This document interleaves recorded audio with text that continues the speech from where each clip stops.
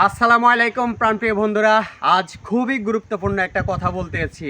এই যে আপনারা অনেক বন্ধুবান্ধব আছে কিন্তু আপনাদের মাঝে দেখা যায় অনেক বন্ধুবান্ধবের সাথে চলেন, অনেক বন্ধুবান্ধব হারিয়ে যায় দুনিয়া থেকে।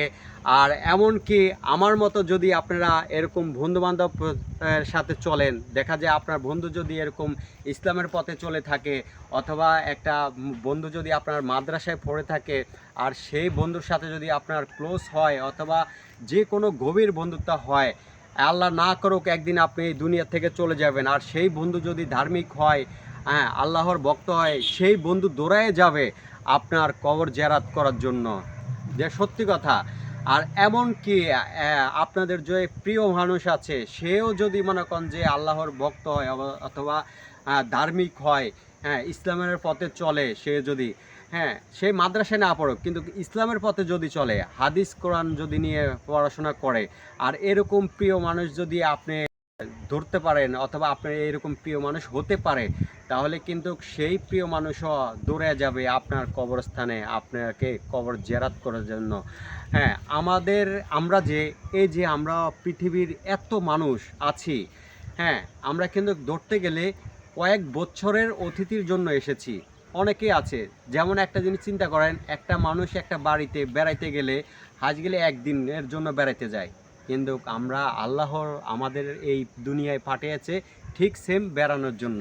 ঠিক আছে, তাই এই চিন্তা করে আপনারা, হ্যাঁ, এমন বন্ধুদের সাথে চলেন যারা ইসলামের পথে চলে, যারা নামাজ কালাম পড়ে, যারা হাদিস নিয়ে পড়াশোনা করে।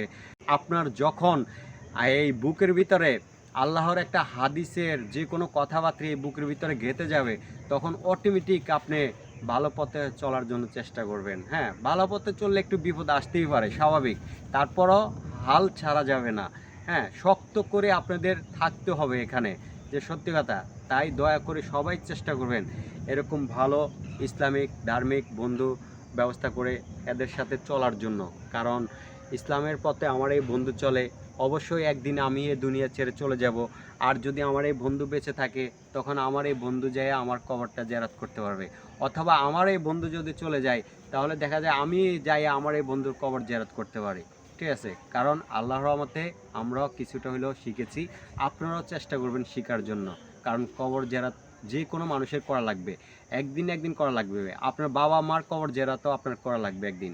ঠিক আছে, তাই এই চিন্তা করে আপনারা সবাই, হ্যাঁ, ইসলামকে ভালোবাসেন আর ইসলামের পথে চলার জন্য চেষ্টা করেন। এমনকি ইসলামের যা কিছু আছে যথেষ্ট অল্প কিছু হলেও আপনারা শেখার জন্য চেষ্টা করেন, সবচেয়ে ভালো হবে।